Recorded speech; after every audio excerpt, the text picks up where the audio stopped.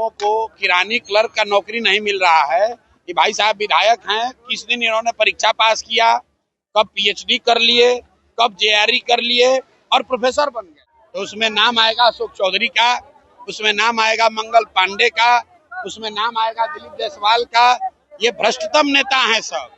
पैसे का हिसाब होगा, इनसे वसूली होगी, इनको दौड़ा दौड़ा कर मारा जाए। और लालू यादव के लड़कों को सपना देखने का अधिकार नहीं है, बिहार के सारे युवाओं को सपना देखने का अधिकार। वैशाली में पीके ने फिर साधा एनडीए नेताओं पर निशाना। बोले अशोक चौधरी, मंगल पांडे और दिलीप जायसवाल बिहार के भ्रष्टतम नेताओं में हैं। 3 महीने बाद जब जन स्वराज की सरकार बनेगी तो इन सब पर कार्रवाई होगी और एक एक पैसा वसूला जाएगा। अशोक चौधरी के बारे में हमने पहले ही कह दिया कि ये बिहार का पहला सर्वदलीय नेता है।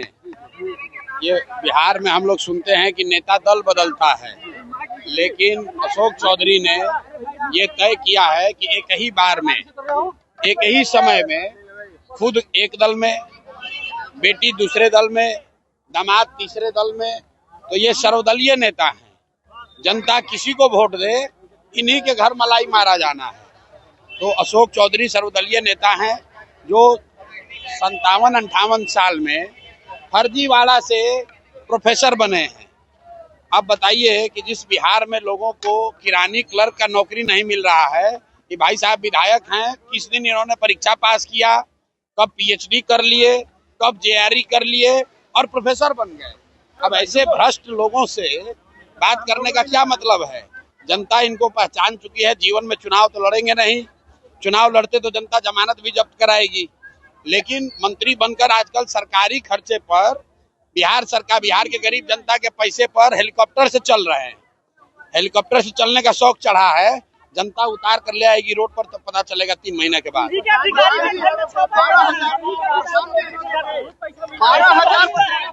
भैया ऐसा है कि बिहार के सबसे भ्रष्ट नेता जो हैं, अगर आप लोग ऑनलाइन सर्वे कर लीजिए, कोई भी आप अपने अपने प्लेटफॉर्म पे डाल दीजिए कि बिहार का सबसे भ्रष्ट नेता कौन है 3, तो उसमें नाम आएगा अशोक चौधरी का, उसमें नाम आएगा मंगल पांडे का, उसमें नाम आएगा दिलीप जायसवाल का।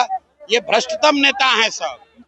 अगर किसी अधिकारी के यहाँ पैसा मिला तो सीधा कह देगा कि भाई हमारा नहीं है, तो वो तो मानेगा नहीं। लेकिन बिहार की जनता जानती है कि ये आदमी, ये तीनों चारों नेता इतने भ्रष्ट हैं। आप बताइए कि घर घर से जो वसूली हो रहा है, बिहार की जनता में जो भ्रष्टाचार का जो सामना करना पड़ रहा है, आखिर ये पैसा जा कहाँ रहा है?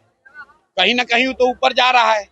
हम नीतीश कुमार के विरोधी हैं, लेकिन मैं जानता हूं कि नीतीश कुमार व्यक्तिगत तौर पर पैसा नहीं लेते, वो चोर नहीं है।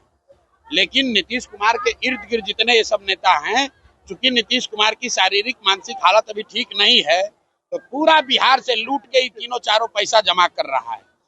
जब हमने कहा है कि जब 3 महीना के बाद जन स्वराज का व्यवस्था बनेगा, तो ये 100 सबसे भ्रष्ट नेता और अफसर, छोटे लोग नहीं, बड़े नेता और बड़े अफसर, 100 सबसे बड़े नेता और अफसरों को चिन्हित किया गया है। इनको समयबद्ध कार्रवाई होगी। इनके और इनके आने वाली पीढ़ियों से बिहार से लूटे गए पैसे का हिसाब होगा, इनसे वसूली होगी, इनको दौड़ा दौड़ा कर मारा जाएगा। के बारे में हम लोगों ने बताया कि ये पैसा लेके घर खरीदे हैं। जब कोविड में आप और हम सब लोग परेशान थे, तो बिहार के स्वास्थ्य मंत्री दिल्ली में फ्लैट खरीद रहे थे। आप फ्लैट कहाँ से खरीद रहे थे? दिलीप जायसवाल से पैसा लेकर। तो 25 लाख रुपया तो उन्होंने स्वीकार कर लिया कि हमने लिया है। बाकी का 61 लाख का अभी जवाब नहीं दिए हैं। अभी हम प्रेस करेंगे, किसी दिन पटना रहेंगे तो आपको बता देंगे बिहार की जनता को कि बाकी का 61 लाख रुपया कहाँ से लिए। शांत किशोर ने लालू तेजस्वी पर भी कसा तंज। बोले इनको लगता है सपना देखने का हक सिर्फ इनको और इनके परिवार को है। जन स्वराज इनको ध्वस्त कर देगी और जनता इनको उठाकर फेंक देगी। इस बिहार में खाली तेजस्वी यादव और लालू यादव के लड़कों को सपना देखने का अधिकार नहीं है, बिहार के सारे युवाओं को सपना देखने का अधिकार है।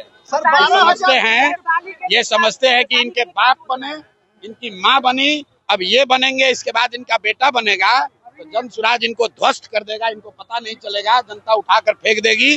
अभी 20 वर्ष से बाहर है ना सत्ता से, अभी दिखेगा।